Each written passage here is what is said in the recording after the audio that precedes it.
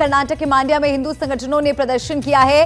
पथराव के विरोध में हिंदू संगठन यहां पर विरोध मार्च निकाल रहे हैं। हिंदू संगठनों ने मांड्या में सड़क पर विरोध प्रदर्शन किया। मांड्या हिंसा में अब तक 21 लोग गिरफ्तार हो गए हैं।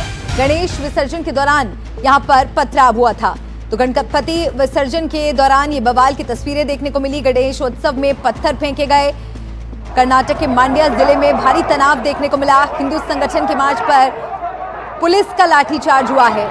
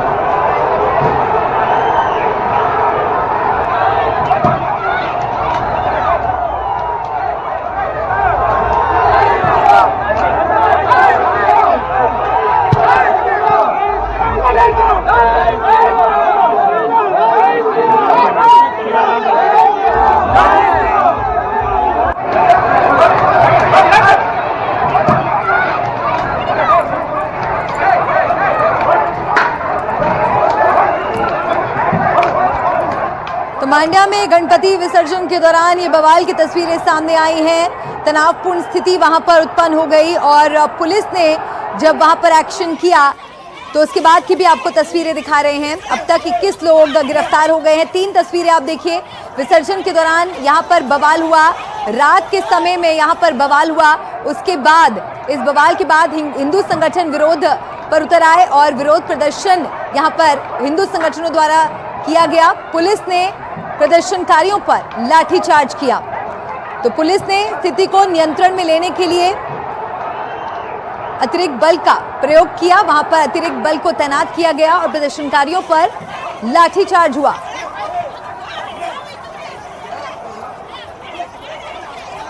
आशीष पांडे मेरे सहयोगी जुड़ गए फोन लाइन पर। आपके पास और क्या जानकारी? अभी फिलहाल वहां पर स्थिति कैसी है? जी देखिए, अगर हम अभी की तत्काल की स्थिति की बात करें तो स्थिति तनावपूर्ण है, लेकिन नियंत्रण में है। अतिरिक्त पुलिस बलों को तैनात किया गया, सुरक्षा व्यवस्था कड़ी की गई है। अगर हम घटनाक्रम की बात करें तो रविवार के करीब रात के 8 बजे सिद्धार्थनगर इलाके से गणपति विसर्जन का जुलूस निकला था। काफी ज्यादा श्रद्धालु थे इस जुलूस में।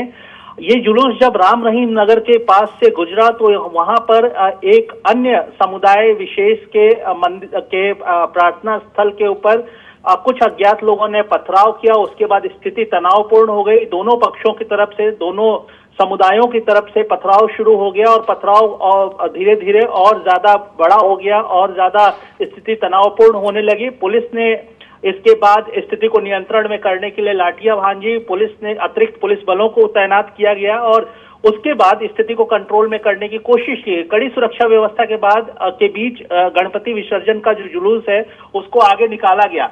अब इस पूरे मामले में हिंदूवादी संगठन हैं, वो इस पूरे मामले में कूद पड़े हैं। उसके अलावा दूसरे समुदाय के लोग भी एक दूसरे के ऊपर आरोप लगा रहे हैं। दोनों समुदाय एक दूसरे के ऊपर स्थिति को भड़काने के आरोप लगा रहे हैं।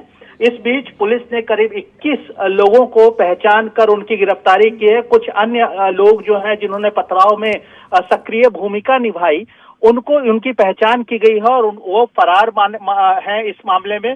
अभी जो पुलिस अधीक्षक हैं मंड्या के मल्लिकार्जुन बालवंदी, उन्होंने घटनास्थल का दौरा किया है और अतिरिक्त पुलिस बल की तैनाती की गई है। दोनों समुदायों के जो धर्मगुरु हैं या शांति। आशीष बने रहिए आप मेरे साथ। बीजेपी के प्रवक्ता मोहन बिस्वा जी हमारे साथ जुड़ गए हैं। मोहन जी, एनडीटीवी इंडिया पर आपका स्वागत है। इन तस्वीरों को देखकर आप क्या कहेंगे मोहन जी? इस तरह का बवाल यहाँ पर एक अच्छे मौके पर, एक अच्छे अवसर पर देखने को मिलता है। पुलिस को भी यहाँ पर बल का प्रयोग करना पड़ा।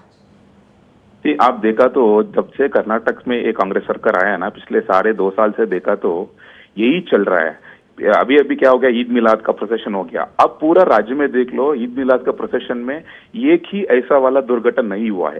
सिर्फ जब हिंदुओं का त्योहार का आता है, जब गणपति विसर्जन का आता है, ऐसा वाला इंसिडेंट जाता ही रहता है। और एक इंसिडेंट सागर में हुआ है जब वो 2 बच्चे लोगों ने गणपति के ऊपर स्पिट किया है। ऐसा वाला ये कांग्रेस का पूरा अपीसमेंट का है ये। Because of Congress only these people have started doing all this things. जब ईद मिलाद में कुछ भी नहीं होता है यार, हिंदू का हमारा फेस्टिवल हो गया था, ऐसा पूरा होता है। And these guys know that Congress is protecting them and they are intentionally doing it.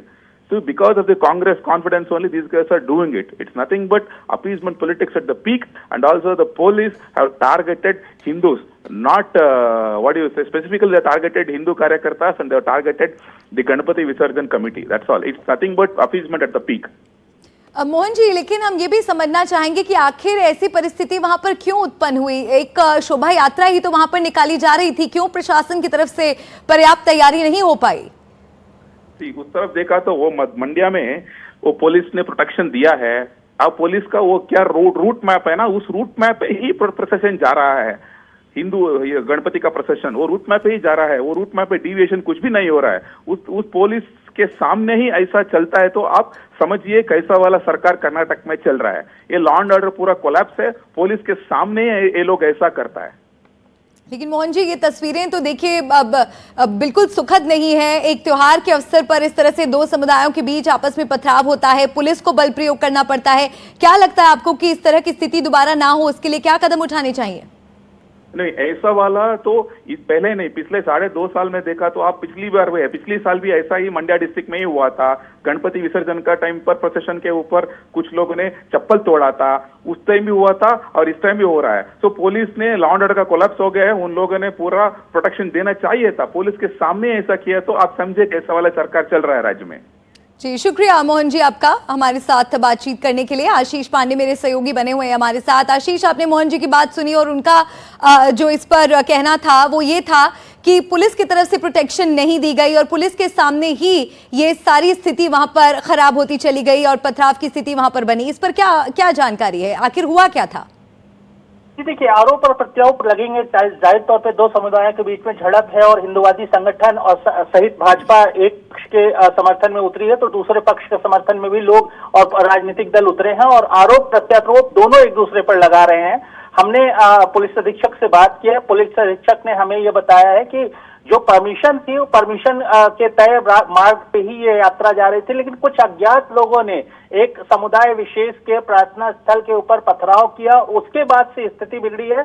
अभी प्रशासन की पूरी नजर जो है स्थिति को कंट्रोल में करने की है, स्थिति को सामान्य करने की है और लगातार जो है वहां पर पुलिस फोर्सेस की तैनाती की गई है और लगातार स्थिति को सामान्य बनाने की कोशिश की जा रही है, कवायद की जा रही है। आशीष, जैसे मांड्या में इस तरह की तस्वीरें पहले भी देखने को मिली हैं, यानी कि ये एक संवेदनशील इलाका है, उसको देखते हुए क्या जरूरी कदम नहीं उठाए गए? कोई चूक, कोई लापरवाही? जी देखिए, आपने बिल्कुल सही कहा। मांड्या एक संवेदनशील इलाका है। यहाँ पर जब भी कोई भी ऐसा जुलूस की यात्रा होती है, चाहे वो रामनवमी हो या फिर गणपति के जुलूस की यात्रा हो या दूसरे समुदाय विशेष के धर्म की यात्रा हो या जुलूस हो, इस तरीके की स्थिति तनावपूर्ण होती है और ये एक सेंसिटिव एरिया है। मांड्या एक सेंसिटिव एरिया है और जाहिर तौर पे कहीं ना कहीं अगर इस तरीके की हिंसा हुई है, चाहे वो अचानक हुई हो या सुनियोजित तरीके से की गई हो, इसको प्रशासन को ध्यान देना होगा और प्रशासन के कहीं ना कहीं चूक तो जरूर है क्योंकि ये हिंसा हुई। बिल्कुल आशीष, आप नजर बनाए रखिएगा, आगे भी हम आपसे और अपडेट्स के लिए जुड़ेंगे।